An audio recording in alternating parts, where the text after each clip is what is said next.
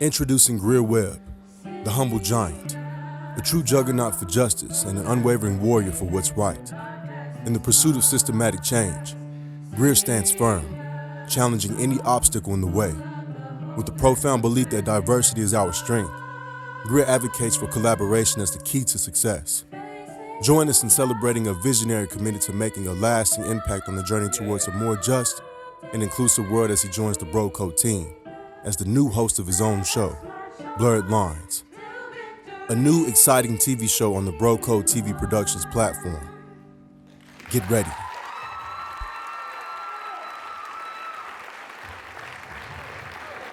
Gracious God, we do give you thanks and praise for the ways in which you show up in spaces, how you make tabernacles holy, synagogues holy, church spaces holy. But Lord, you're not a God only to be contained by brick and mortar. You are also a God who says that we become a dwelling place for you as well. So God, I pray that the words that we speak with one another might also be bathed in your holiness, that the ways in which we do active listening this afternoon bathed in your holiness, that as this wonderful team sees with new eyes behind cameras, that God, we would not just see what we see, but we will see beyond what we see. Yes. And that all that we say and that we do this day might be held in the palm of your hands, because God, you make more of what we put out into this world.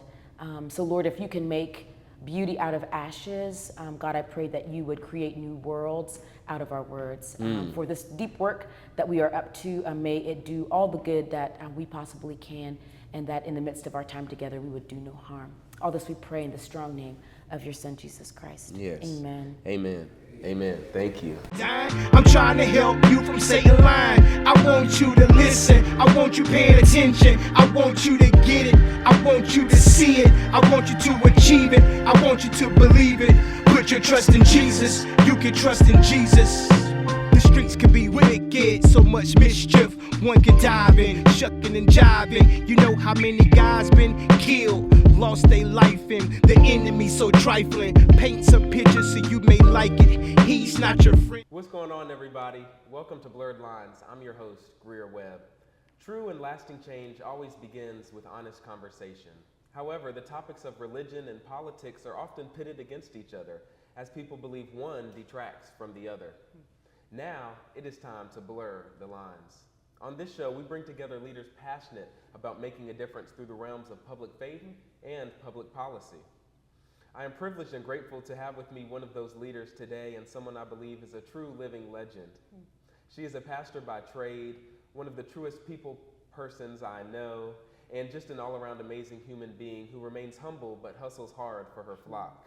She is the lead pastor at the Southeast Raleigh Table Church, where we are today, and she was also my preschool chaplain, so I can't get away with much around her. She is my pastor and my friend, and she is the Reverend Lisa Yebuah. Thank you so much for joining me today. Thank you for having me. Yes, Yeah. I'm so excited for this conversation. Yeah, me too. If it's okay with you, I want to talk a little bit about your background in this first segment that I call Beyond the Bio. Sure. So I have two specific questions for you that will help our audience get to know you just a little bit better. Okay. The first is, what is one or maybe two things that you are most proud of about your background or your history that may not be in the public biographies that someone can read about you online? Goodness gracious. That is a really great question. I probably would say that one of the things that I'm proud of, and I think that word can sometimes cause us to stumble a little bit, is probably always having this deep desire to be authentic to self. I think it's an incredibly courageous thing for us to live the lives that we have been called to live, as opposed to, for instance, we oftentimes hear comparison is the thief of joy. And I want to be in a love affair with my own life. And I think that's the thing that I probably, when I take my last breath, can at least know in myself that that who I am is who I am. Right. And that, I live the life that God called me to live. That's awesome. That's awesome. My second question for you here on Beyond the Bio is, it revolves around music. Okay. We're coming off of Dreamville Festival weekend. I know we were out there just celebrating the power of music, the way that music is used to bring people together, but also to spread messages among the masses. So I want to know from you a favorite genre or a favorite artist and or a favorite song of yours, and why you enjoy music so much, because I know you do. I do enjoy music. Okay, so this is going to be, it's going to be a little bit of a both and plus. Okay, do it.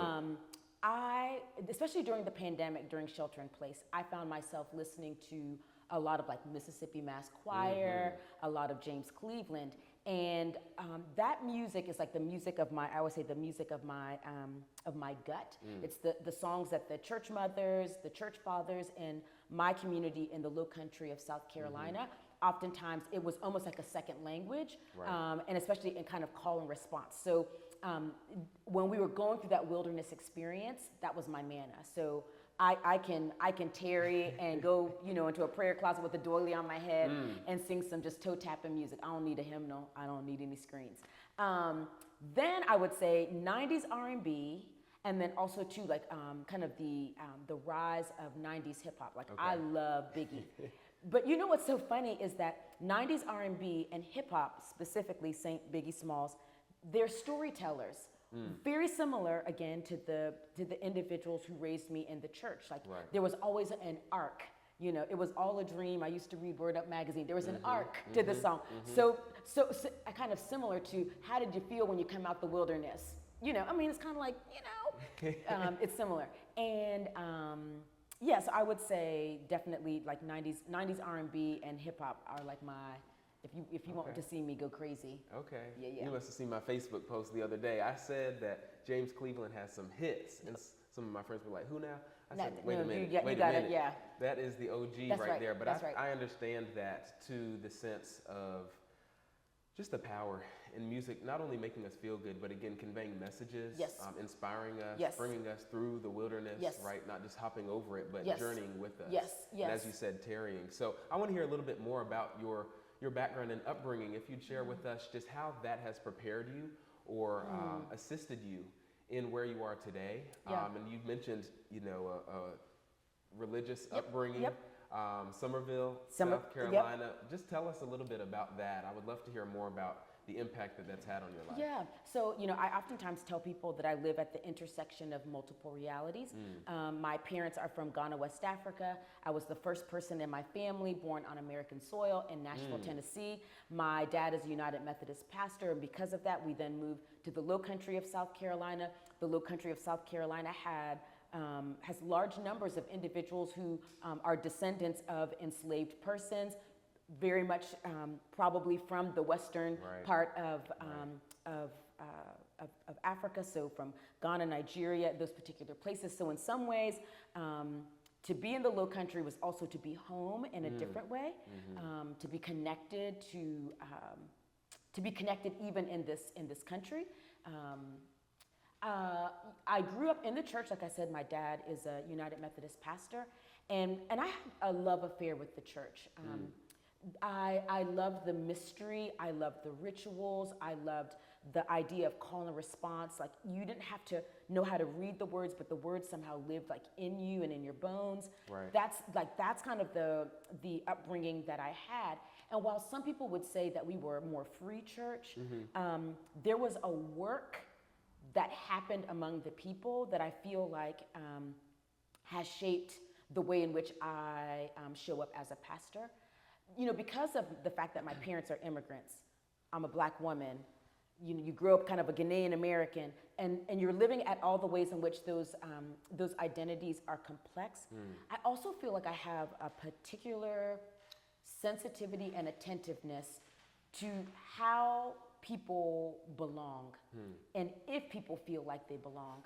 And, as I am a messenger or embody what it looks like to proclaim good news, I'm always asking the question, how will this be good news for that person in regard to their lived experience? How will this be good news for this person who is oftentimes wondering, who am I, especially in a world that is forever trying to map our bodies and telling us like, well, because you come in this body, then this must mean these things for you. And oftentimes I think the empire does not know how to name us rightly.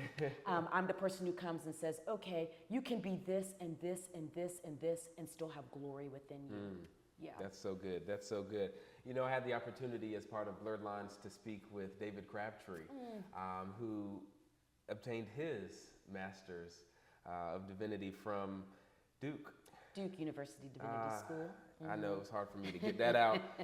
You see the Carolina Blue It's kicks okay. on today, It's but we okay. had a great conversation just when it comes to not necessarily the intersection between religion and politics, Sure. but specifically how to view leadership through the lens of religion or theology. So I want to ask you this question as well. There's a lot going on around us. I think of Nashville, Tennessee, Yes. actually his hometown as well. Yep. Or not as well, but his hometown, and it's a tough conversation when we talk about gun violence, Sure. right? With what has happened here in March in Nashville, what has happened around the country Sure. when we think about the ways that folks have been hurt, or maybe people feel like they don't belong, and then they lash out in ways that perpetuate communal harm. So I want to ask you, with all of the political division and distraction and violence that we see, you know, I believe at the core of change is moral leadership. I know that means different things to different people, but strong but moral leadership. I think that's what it's all about. That's how we do better. Sure. So I want to ask you, what is your take on what the Bible or maybe what your studies in Christianity say about leadership and the right way to lead? What do you think? Yeah, you know, I find that we pastor types oftentimes want to resort to what does it look like to be a servant leader, and I don't think there's anything wrong with being a servant leader. I do think, in fact, I took the vow when I became ordained that I would serve and not be served. So, in essence, to want to be an ordained pastor, at least in the tradition that I'm in, is to not center myself. Right. However, I don't want to go with the servant leadership kind of dynamic. I think I want to go more so with, I think all of us are leaders, because first it starts with self-leadership. I recognize I have a particular positional authority as a pastor, but at the end of the day, if you took Reverend from in front of my name, there's a sense that I would still consider myself to be a leader, and that self-leadership is first the way in which I engage the world. I believe that if I am just in myself, part of self-leadership is like, how am I just in myself? If I'm just in myself, then I will be just out in the world. If I enslave myself in regards to not wanting to take on rest practices, I promise you, I will find slick ways to enslave others around how they work. If I do not know how to like untether myself from believing that my worth is only based off of my productivity and not who I be, I promise you, I'm going to exploit people. I'm going to latch onto capitalism in particular ways where I perpetuate the very thing that needs to be dismantled in myself. So I think for those of us in regards to moral leadership, part of it is not just like moral Olympics, like, oh, can I tell you how many cuss words I didn't say this year? That's not the goal. I don't know that that's going to really be the thing. I think it's more like, how is it that I am like literally just within myself? Because then I cannot lead other people to be about justice movements if I'm janky boots around what my own self-leadership looks like. You know, thank you so much for that. I think it's important when we talk about self-care, right, and making sure that we are reflecting the ways that we want to live and pouring into others. You know, the cliche, you can't pour from an empty cup or an empty jar or an empty glass. I think that's so key and critical to this conversation about leadership and shepherding others, which is something I think you do well and something you do often. And I believe I said divinity earlier, but David has a master's in theological studies from Duke's Divinity School. Close enough. But watch this. One thing I know y'all have in common is the bills have to get paid. That's right. So we're here at this beautiful Southeast Raleigh Table in downtown Raleigh, and we're going to take a break, but we'll be right back here on Blurred Lines. I'm Greear Webb. Experience success with the Hills Tandem, your premier management consulting firm.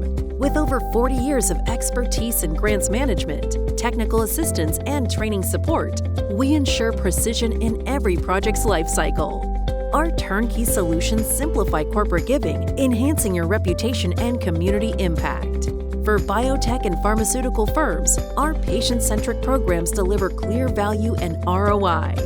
THT is your go-to partner for program project management, service help desk, human resource support, and more. Elevate your success with the Hills Tandem. where excellence is not just a commitment, but a guarantee.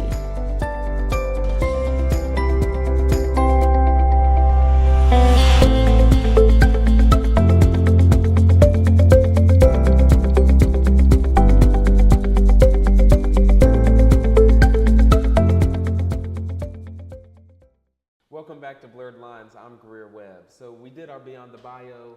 We tackled that question of how to persist and kind of persevere and stay grounded in our faith when it comes to just all of the violence and the harshness we see around us and some of that political distraction we mentioned. I want to ask you now about justice and talk a little bit about social justice, which I know is a passion we both share. I've been sharing with people that one of my favorite, what I call justice verses from the Bible, is Isaiah 1:17. Learn to do good, seek justice, correct oppression, bring justice to the fatherless, and plead the widow's cause. And so I want to ask you, what, if anything, stands out to you from that verse? And what do you think about our call from the Lord to be justice warriors and uplift God's children?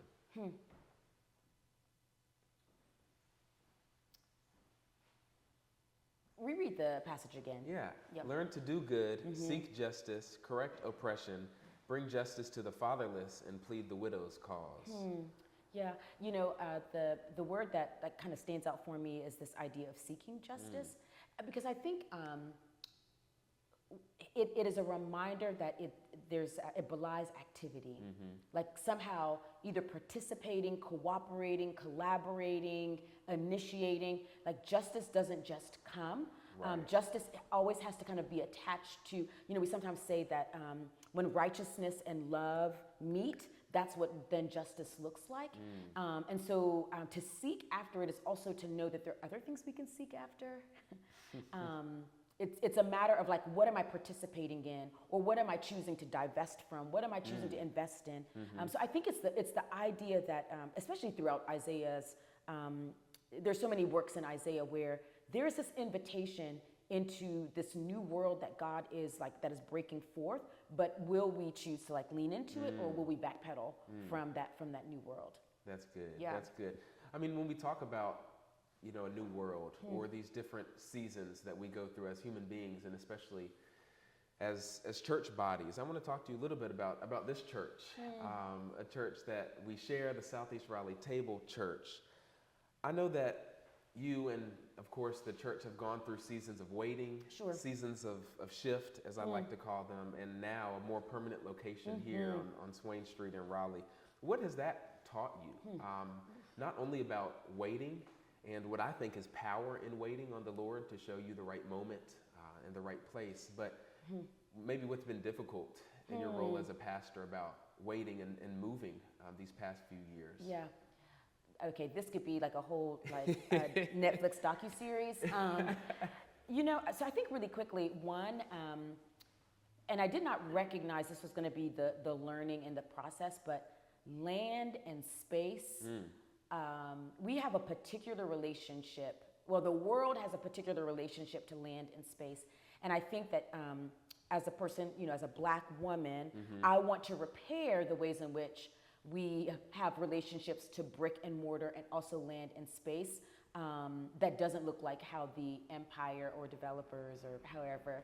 And that's tricky. It's really, really, really tricky. So I think that's number one. I think the second is that waiting, while it is hard, it kind of reminds me of a Bell Hooks quote, where Bell Hooks once said that, you know, to be truly visionary, you have to root yourself in concrete reality while simultaneously imagining possibilities beyond that reality.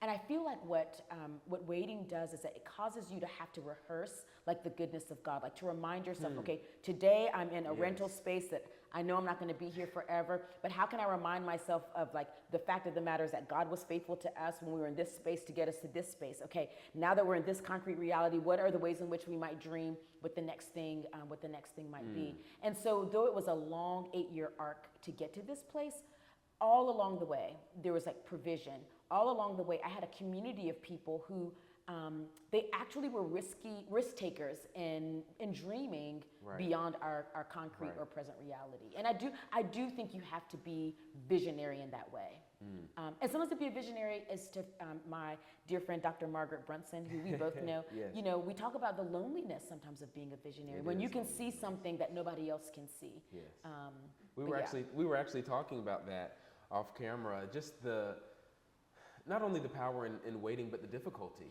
You know, to understand something is powerful or will be impactful doesn't take away from the loneliness or That's from right. the hardship That's of right. having to rehearse God's goodness. It That's should right. be easy for us, but in this world that is always bogging us down and distracting us, shifting us away from God's glory and goodness, it can be tough to Very tell ourselves, difficult. okay, you know, if I could just wait, God always comes through for me.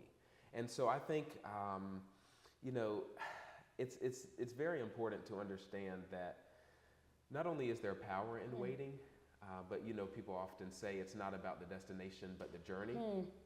I think there is some impetus that we should place on the destination, Sure. right? That we make it to this point. That's right. But I think it's important to also recognize that along the way, there are steps where we learn something and also are able to journey along God and grow in our relationship That's right. with Him. So I want to ask you one more question in this segment, and that is about self-care. Sure. Because when we talk about journeys, when we talk about destinations, we can't get from place to place Yep. without taking care of ourselves and at least showing up in those new places as whole beings.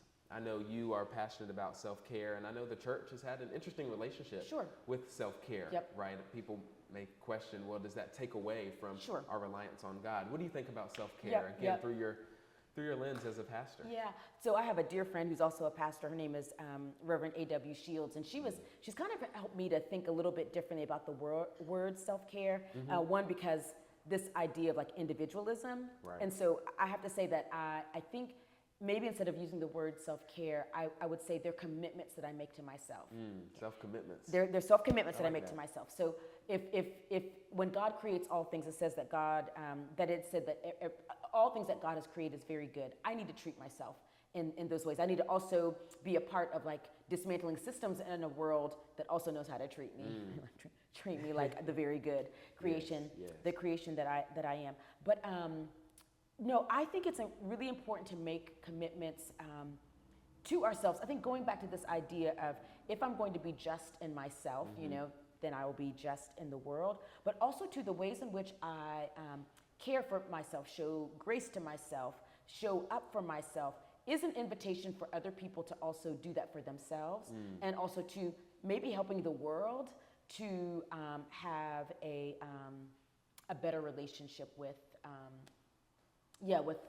our bodies, with my body. I don't know if I answered the question. No, that's but yeah. great. I mean, what I took from that is that those self-commitments can actually help us in our commitment to being neighborly Yes. to those around us, to caring Yes. for others, but not reneging on our responsibility to That's make right. sure that, again, we are, if not completely full, we are filling ourselves up along the way so That's that right. we can go out and sprinkle Yeah. some of God's goodness Yeah. on others. There's actually two things I do want to say in regards to the self-commitments.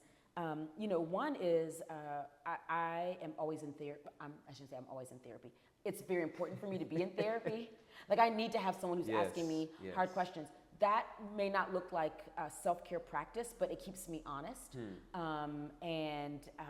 Yeah, I think the other is I actually have thrown out the word hustle from my vocabulary, so that not to think of my worth connected to productivity. And I think hustle and grind, those two words were the first two words I threw out of my vocabulary the second week of shelter in place. I was like, yeah, I think those were old tools for an old life.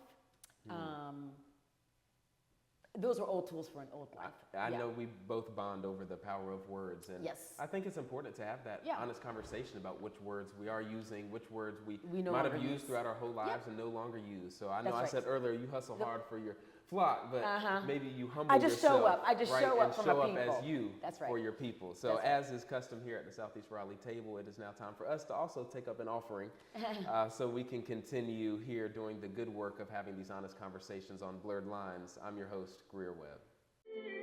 Discover the pinnacle of visual storytelling experiences with Broco TV Productions. From the artistry of photography to the magic of videography, the world of podcast production, exclusive red carpet services, captivating MC services, inspiring speaking engagements, expert panel discussion curation, and breathtaking drone services. The Bros have you covered. Elevate your events and storytelling with us. Contact Broco TV Productions now at 919-714-9905 and be a part of our incredible journey at www.brocodetvproductions.com. We're here to make any room better. Welcome back to Blurred Lines. I'm Greear Webb. I want to dig a little bit deeper on this notion of the church and belonging. We hear a lot, especially after COVID-19. We know that virus is still with us, but that young people have always been leaving the church, right? And never really engage with the church in the right way, whatever that is. And so as a young person who is in the church and who is deeply passionate about my faith, and I know many of my peers are as well, what do you say to this idea of, and again, I know you say often that as we progress through life, we learn to hold two realities, right? Sometimes they're both positive, sometimes both negative, sometimes one positive, one negative. So maybe there is actually some truth to this idea of church hurt, and that church has not always been welcoming for young people.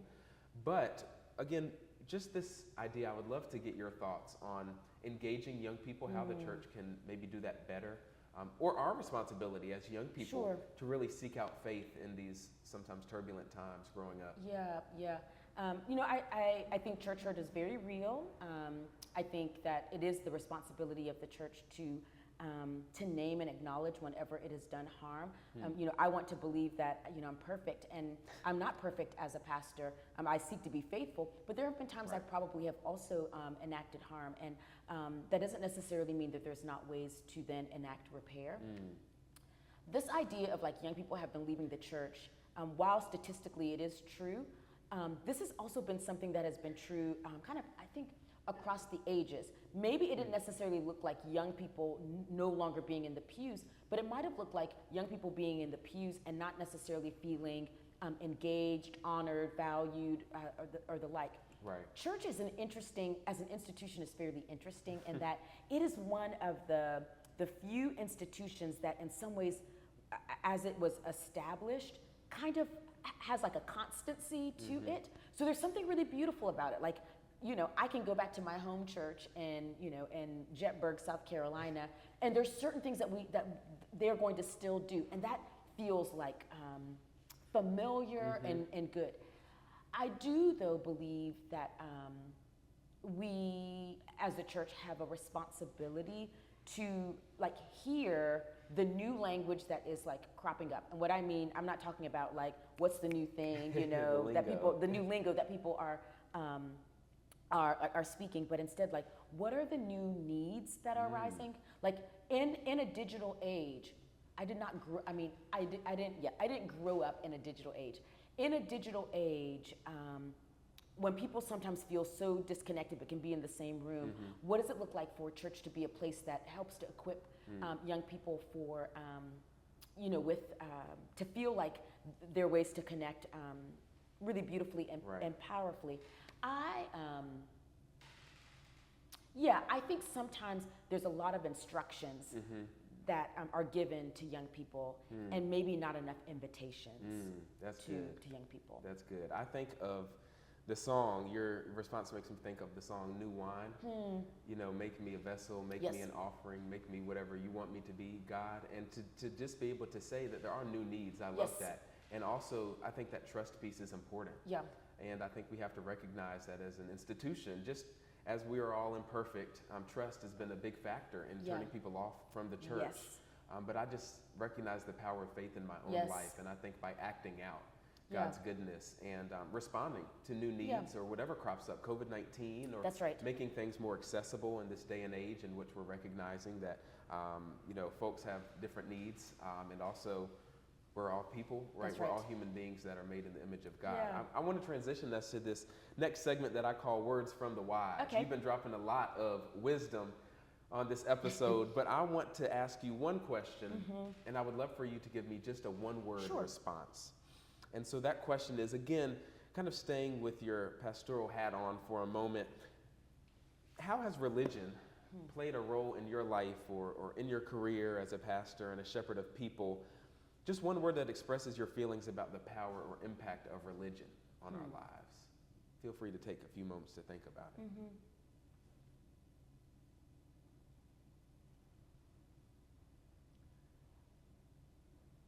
Anchor. Anchor. Yeah, it's been an anchor. Yeah, Explain that a little bit. Yeah, so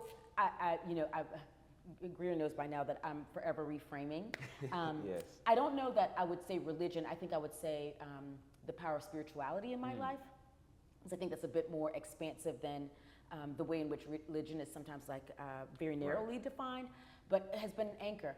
During shelter in place, it was like literally the songs of my childhood that were my anchor when I think about how I engage people in my life, thinking about the ways in which even God as parent, child, and spirit anchor, this beautiful communion. There are just so many ways in which spirituality has been like an anchor. It's like a tethering place. It keeps me bound to something. But one thing that anchors still allow for a boat to move. Anchors they don't keep you trapped. There's still a little bit of fluidity. So the thing is, I can have a relationship with God, and sometimes, my prayer life might feel absolutely so firm. Other times it's not. But I don't ever think that I'm disconnected. Right. There's enough to move me about. So I would say I'm going to use the term anchor. 2 seconds from now, it's going to be another word, but we're going to go with anchor right now. Anchor is the word of the Anchor day. is going to be the word of the day. We'll be right back on Blurred Lines. I'm Greear Webb. Experience success with the Hills Tandem, your premier management consulting firm. With over 40 years of expertise in grants management, technical assistance, and training support, we ensure precision in every project's life cycle. Our turnkey solutions simplify corporate giving, enhancing your reputation and community impact. For biotech and pharmaceutical firms, our patient-centric programs deliver clear value and ROI. THT is your go-to partner for program project management, service help desk, human resource support, and more. Elevate your success with the Hills Tandem, where excellence is not just a commitment, but a guarantee.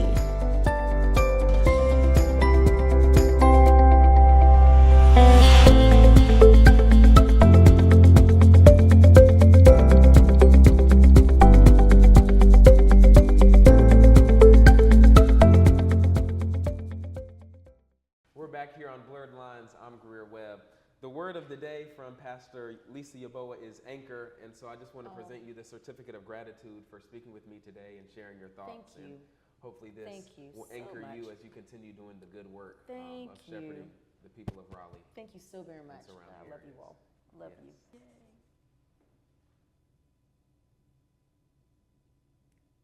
Welcome back to Blurred Lines, everybody. I'm Greear Webb, here with Lisa Yebuah, lead pastor of Southeast Raleigh Table Church here in Southeast Raleigh. We've had our appetizers, we've gotten to the main course and the meat of our conversation. We've also had our refills in terms of the commercial breaks. Now it's time for dessert. And the title of the show is Blurred Lines. I want you to talk directly to the people just for a few seconds about what that means to you, the intersection between religion or spirituality or Christianity, if there is any, with politics and people, making our lives better. Yeah, no, that's a really great question. One of the things that I like to remind my congregation about is that there's no major split between what we call social holiness, how we show up in the world, and our personal piety, the ways in which we connect with God. In fact, those two things come to an intersection, our love of God and our love of neighbor. The way in which I care for those who are looking for housing, the way I think about those who find themselves food insecure, the way I think about how we honor the full humanity and personhood of all people, that is this horizontal dimension. But that horizontal dimension is always influenced, in my mind as a person of faith, by this vertical dimension of how God looks at me and places divinity in myself. So I don't see them as binaries. I see them as always intersecting. The way we do that might look a little bit different, but if we truly believe that all people are created in the image of God, then our policies and the ways in which we show up in the world has to reflect that. There you have it. That's food for thought. Thank you so much, my pastor and my friend, Reverend Lisa Yebuah. Thanks for watching Blurred Lines. I'm Greear Webb. To my young soldiers out there in the hood, in the ghettos and projects, I know what you see, make you feel hopeless, but there's one you can put your trust in. gotta believe it. Yo, I'm gifted with the tasking to utilize my rapping to help adolescents evade the daily trappings of the evil one. Everyone knows him by Satan, Lucifer, of course their brother lies. So my mission is to help you to be wise, to rely on God, no matter how odd. Don't let the enemy rob you of your peace. Jesus Christ is so